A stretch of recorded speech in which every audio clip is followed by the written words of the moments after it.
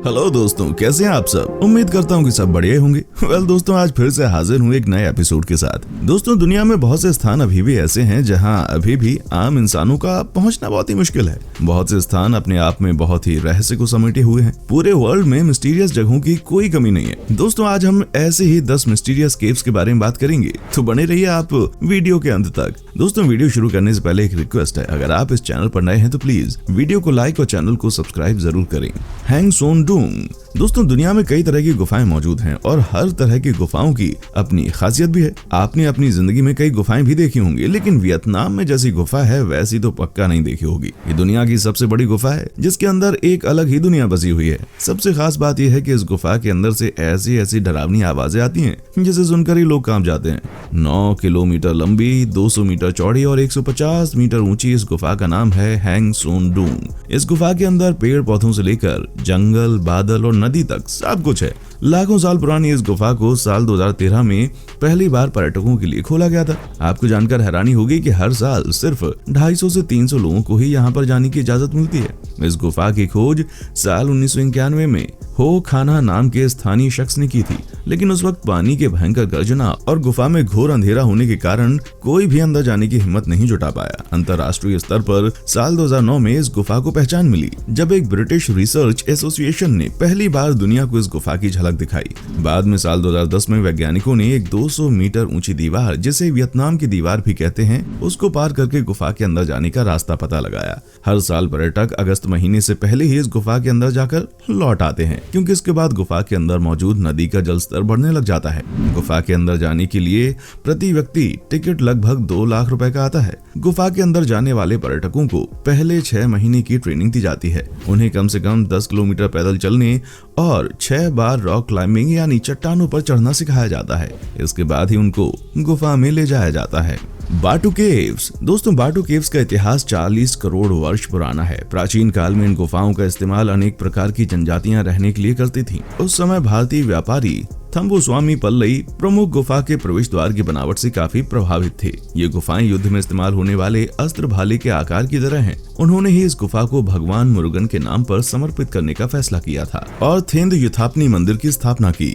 वर्ष 1890 में पिल्लई ने कुआलालंपुर में श्री महामरी अम्मन मंदिर बनवाया और वहां भगवान मुरुगन स्वामी की मूर्ति स्थापित की। बाटू केव्स स्थित भगवान मुरुगन के मंदिर में तमिल महीने की पूर्णमासी को थाई पुसम नाम का त्योहार मनाया जाता है। इसे भगवान मुरुगन के जन्म दिवस के रूप में मनाया जाता है। 3 दिन तक चलने वाले इस त्योहार के लिए देश भर से हजारों की संख्या में तमिल एकत्रित होते हैं।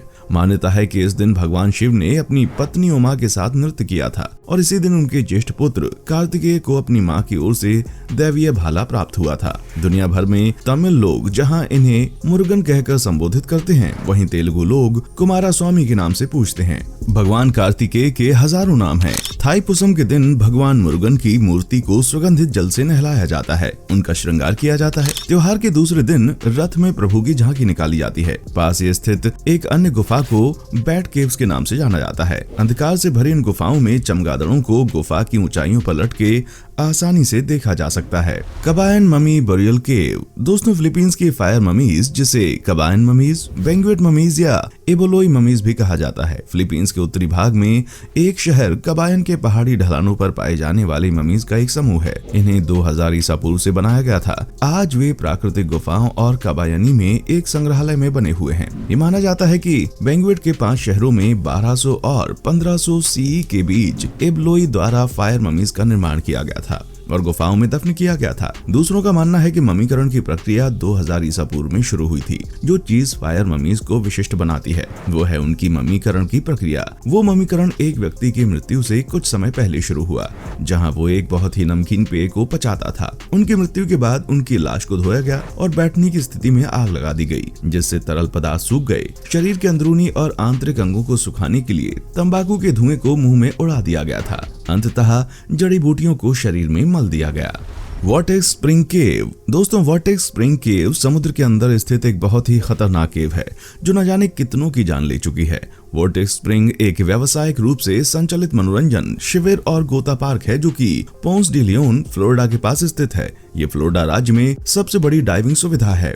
वोर्टेक्स स्प्रिंग एक ठंडा मीठे पानी का झरना है जो प्रतिदिन लगभग 28 मिलियन यूएस गैलन पानी का उत्पादन करता है। वसंत में ढलान वाले पक्षों के साथ 200 फीट बेसिन और एक गुफा है जो कि वसंत को फ्लोरिडन जलभूत से जोड़ती है। पानी का तापमान बिना थर्मोक्लाइन के 68 डिग्री फ़ारेनहाइट पर स्थिर रहता है और आमतौर पर बहुत ही स्पष्ट होता है। स्प्रिंग अपवाह के पास के ओटर क्रीक में बहती है जो कि पोंस डी लियोन स्प्रिंग के ऊपर की ओर थोड़ी दूरी पर सैंडी क्रीक में मिलती है।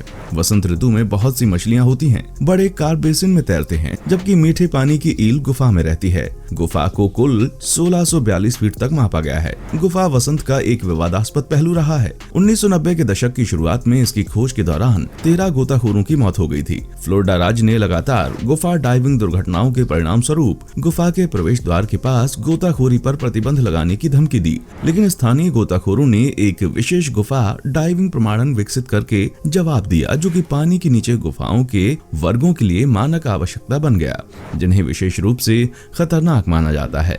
ब्रैकिन केव। दोस्तों, ब्रैकिन गुफा दुनिया में चमगादड़ों की सबसे बड़ी कॉलोनी का ग्रीष्मकालीन घर है। अनुमानित 20 मिलियन मैक्सिकन मुक्त पूंछ वाले चमगादड़ मार्च से अक्टूबर तक गुफा में रहते हैं, जिससे ये स्तनधारियों का सबसे बड़ा ज्ञात संकेंद्रण है। गुफा सैन एंटोनियो शहर के बाहर दक्षिणी कोमल काउंटी टेक्सास में स्थित है। गुफा के लिए 100 फीट चौड़ा अर्धचंद्राकार उद्घाटन एक सिंकहोल के नीचे स्थित है, जो गुफा की छत के गिरने पर बनता है। इसके चारों ओर गुफा और अविकसित 1521 एकड़ का स्वामित्व ऑस्टिन टेक्सास स्थित बैट कंजर्वेशन इंटरनेशनल के पास है।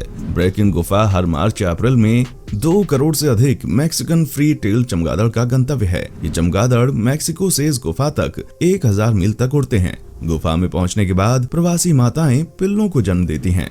बेल विच केव। बेल चुड़ैल गुफा एक है।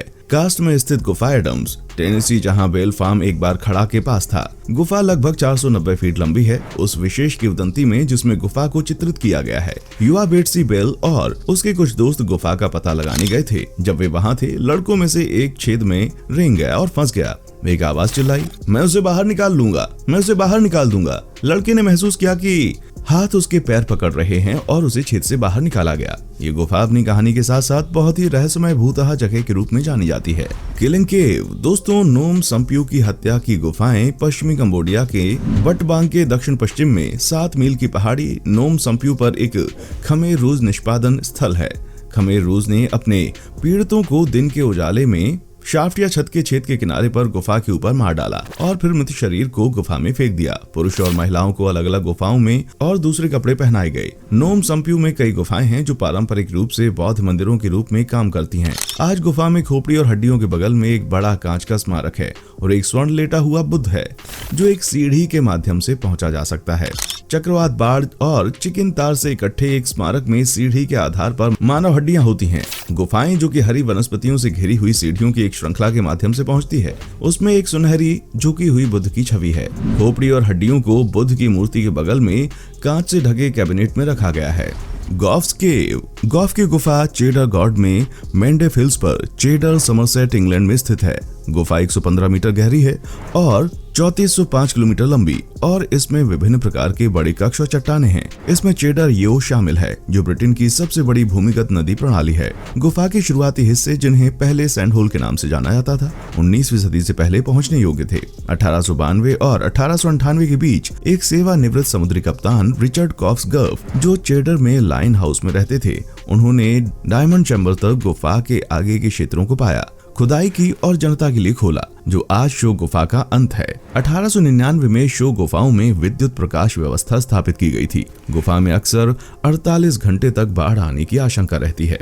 हालांकि 1968 की भीषण बाढ़ में बाढ़ 3 दिनों तक चली।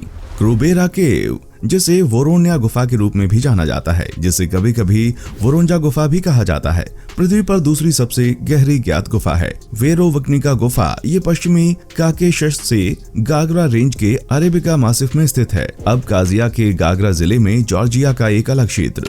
ये 2001 में दुनिया की सबसे गहरी ज्ञात गुफा बन गई, जब यूक्रेनी स्पेलोलॉजिस्ट एसोसिएशन का अभियान 1710 मीटर की गहराई तक पहुंच गया, जो ऑस्ट्रियाई एल्प्स में पिछली सबसे गहरी गुफा लेम्प्रेचसोफेन की गहराई को पार कर गया, 80 मीटर। 2004 में स्पेलोलॉजी के इतिहास में पहली बार यूपेनी स्पेलोलॉजिकल एसोसिएशन अभियान 2000 मीटर से अधिक गहराई तक पहुंच गया और गुफा को 2080 मीटर तक खोजा। हेलफायर केव। हेलफायर गुफाओं को पश्चिम वायकोम गुफाओं के रूप में भी जाना जाता है। मानव निर्मित चाक और चकमा गुफाओं का एक नेटवर्क है जो 260 मीटर भूमिगत विस्तार करती है। ये दक्षिण पूर्व इंग्लैंड के बकिंघमशायर में हाई वायकोम्बे के पास चिल्टन हिल्स के दक्षिणी किनारे पर वेस्ट वायकोम्बे गांव के ऊपर स्थित है।